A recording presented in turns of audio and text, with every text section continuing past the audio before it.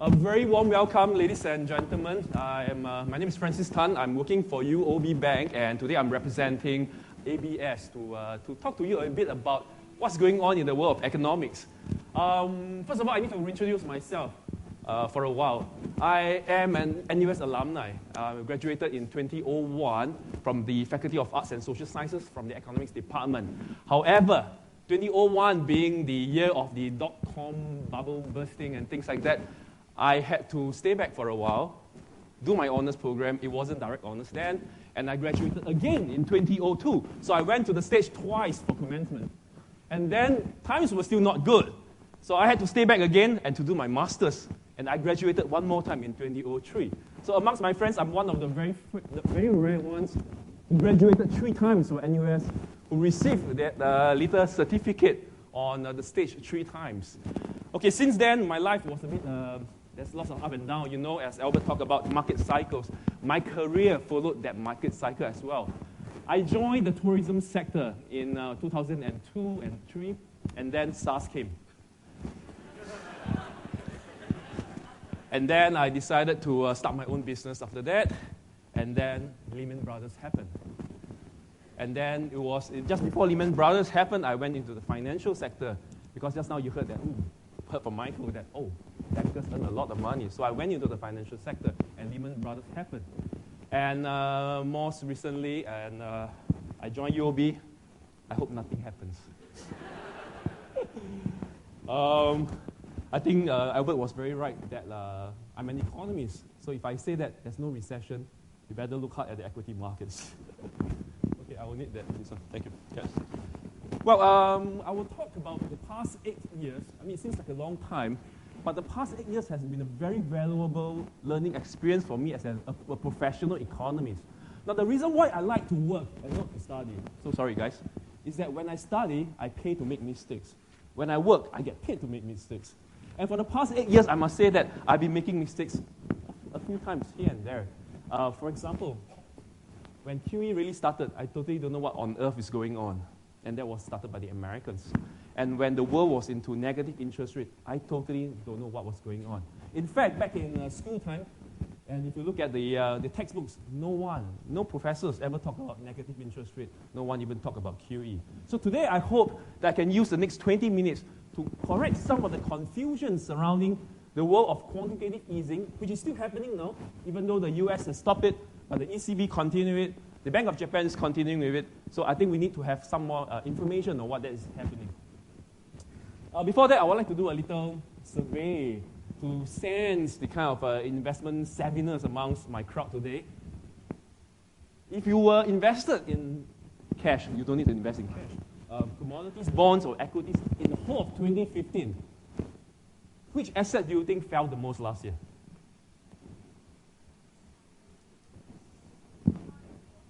Let's see.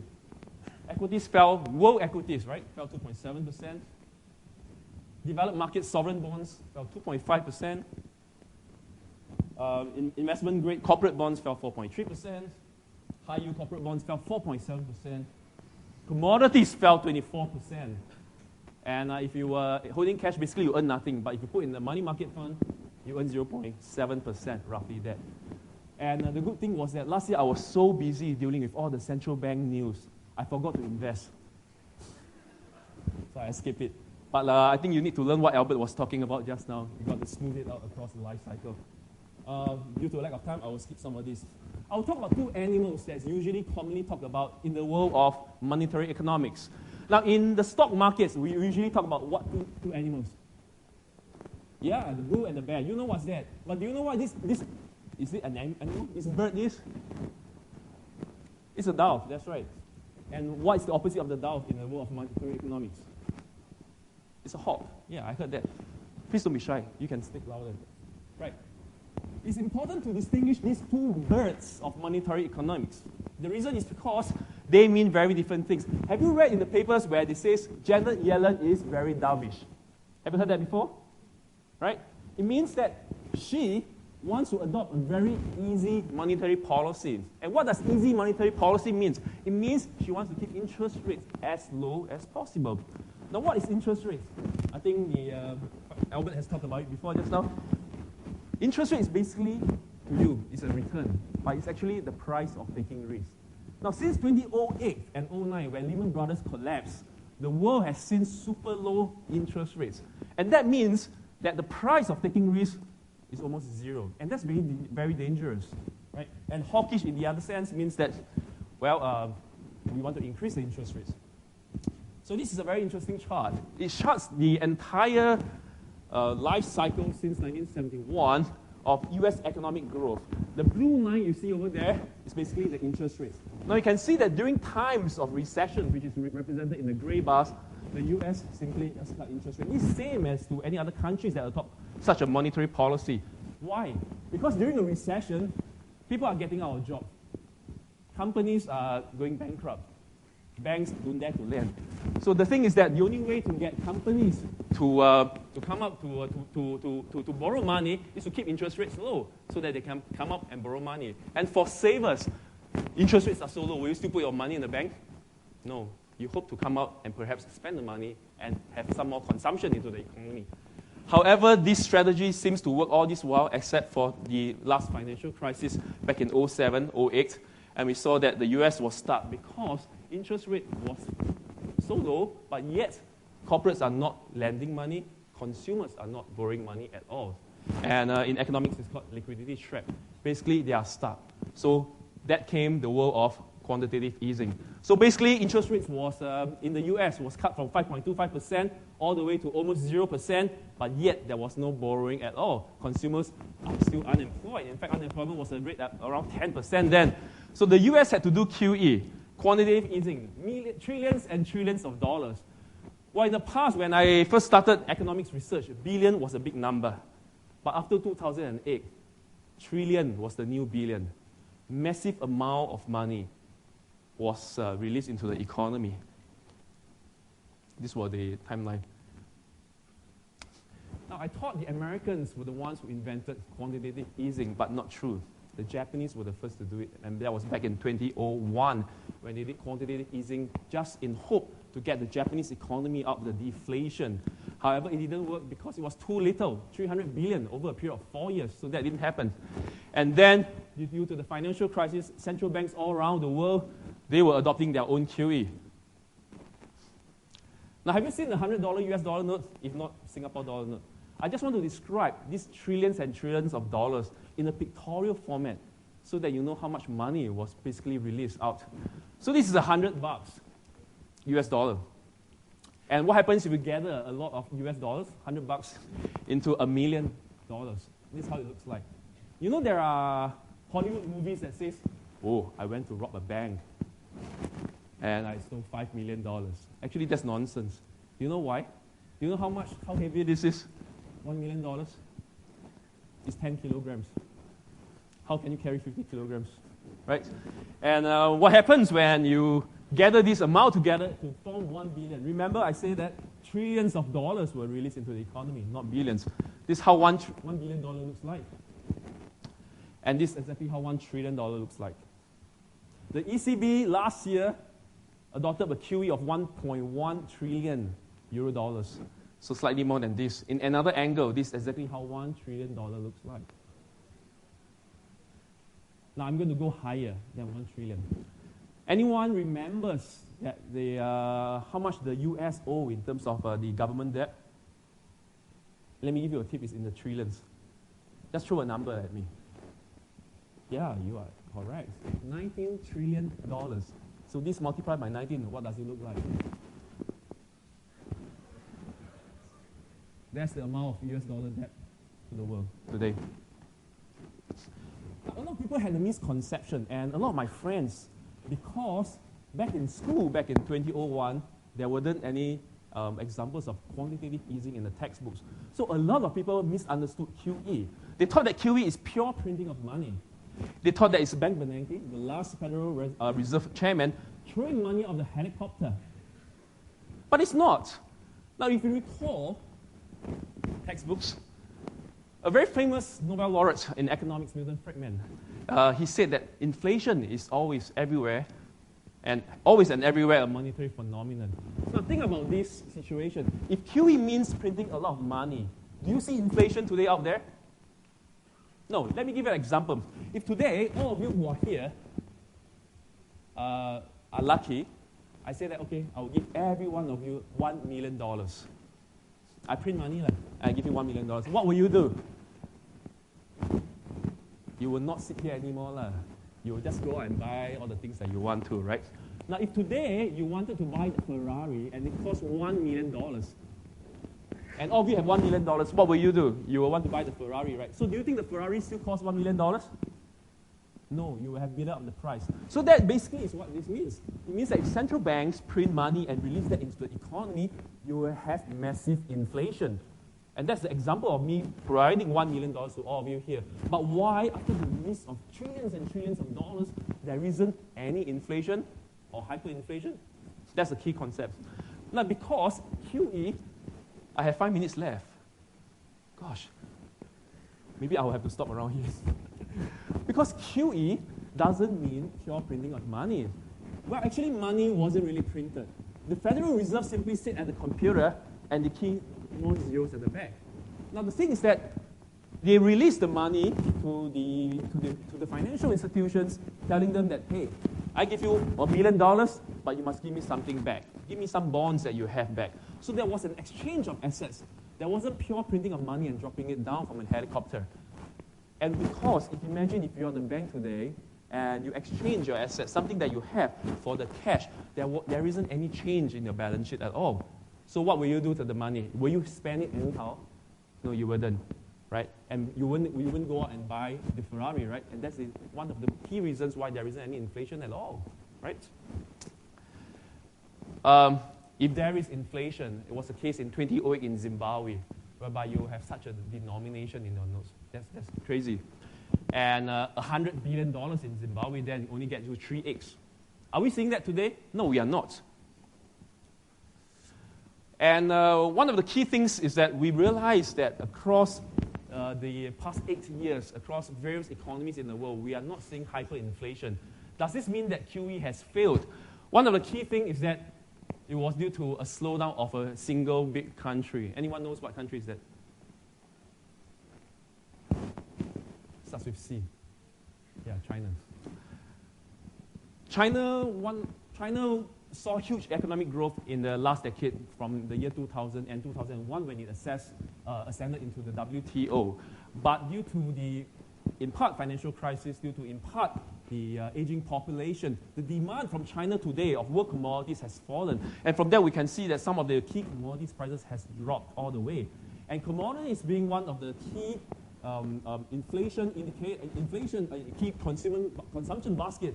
Once it fell like that, there wasn't any inflation at all. And indeed, we saw that China's nominal GDP over the past few years has been growing at a much slower rate. And if you look at China's demand of world commodities, is huge. For example, in aluminum, China demands 54% of world aluminum. In nickel, it's 50%, copper 48%, zinc 46%. So a China slowdown certainly reduces the demand in such commodities. And from there, we saw that commodities prices went down the roof, and then it drags inflation in all the other economies lower.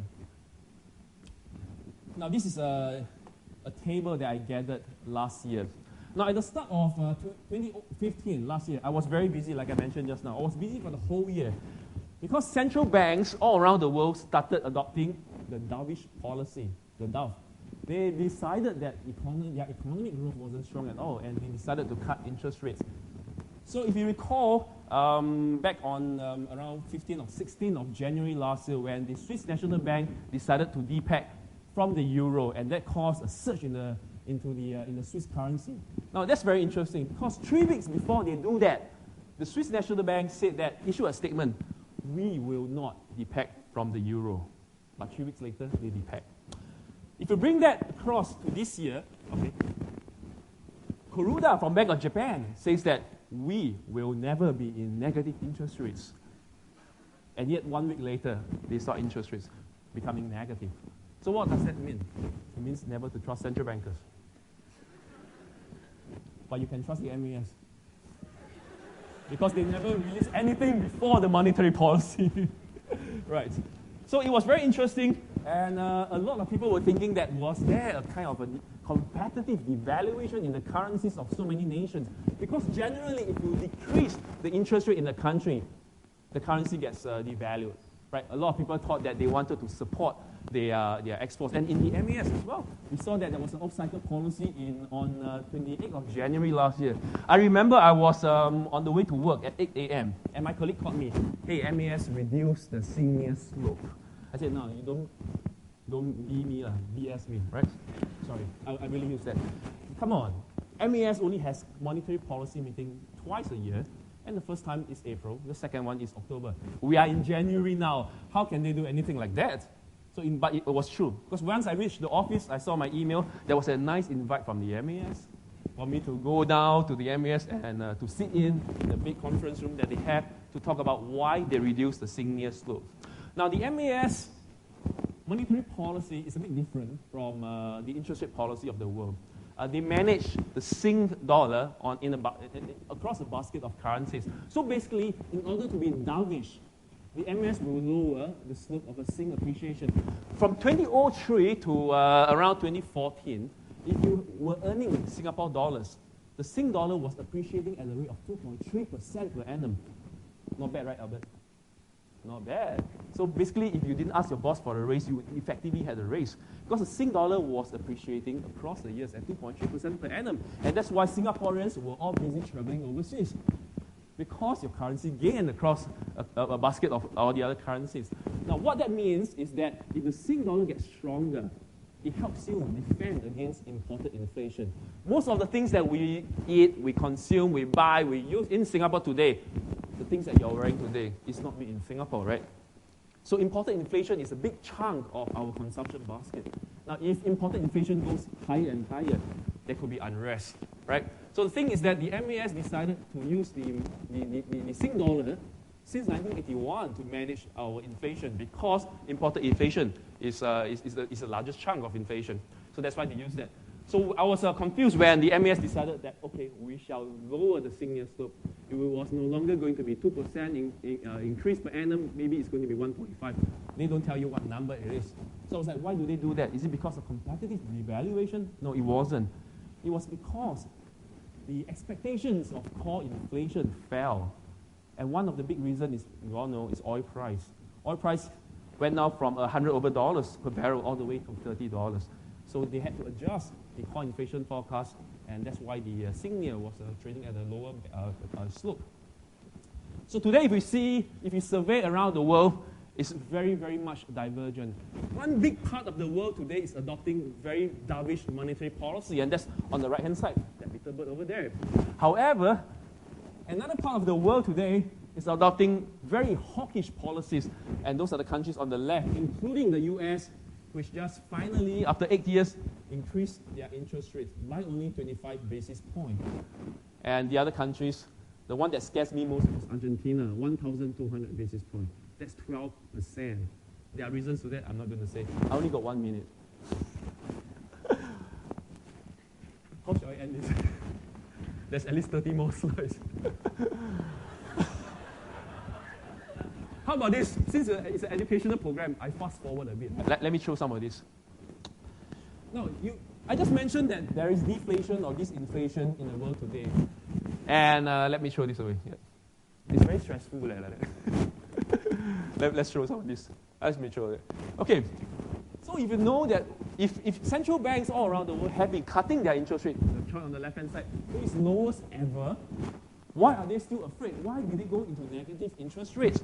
It's because, like I mentioned just now, there wasn't any inflation. In fact, prices were on the way down into deflation. Why are central banks all around the world very afraid of deflation? It's because of this thing. Something that I learned in school. Finally, something that I saw in the textbooks.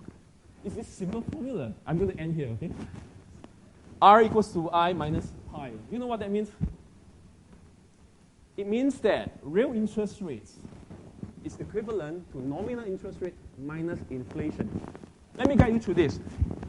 If you are a corporate today, you borrow 5% from the bank, nominal interest rate, so I put a 5 there. But inflation for the rest, for the coming 1 year is 5%. So what's your real interest rate? 0. So, wow, you borrowed free money. That's great. right? But if pi is not inflation, it's deflation 5%. So what is your real interest rate? 5 minus 5 is 10. And that's exactly what's the problem right now. Because of deflation, no matter how low the interest rate, the nominal interest rates that you are going to pump out into the economy to attract people to borrow, they aren't going to borrow because the real interest rate is so much higher. It's not nominal interest rate that corporates are looking at. So one way that I thought is very interesting to remember this formula is that we solve the following equation. Linear approximation, you remember? Nah, let's throw that away. Because some of us here are very quant and things like that. Let me give you pictures. So if you think that you today go to the bank and you borrow money at nominal interest rate, that's what the bank is going to show you. Beautiful nominal interest rates. But you know that's fake. Because there's inflation in the cosmetics. So the real thing that matters to you and to corporates very much is what is the real interest rates. I'm happy to say sorry to the ladies here. I used a lady photo. But this is what I thought is a very interesting way to remember why interest rates, even nominal interest rates, have to go into negative, right? I guess I have to hand here because I have like 0 minutes left. Okay, thank you everyone.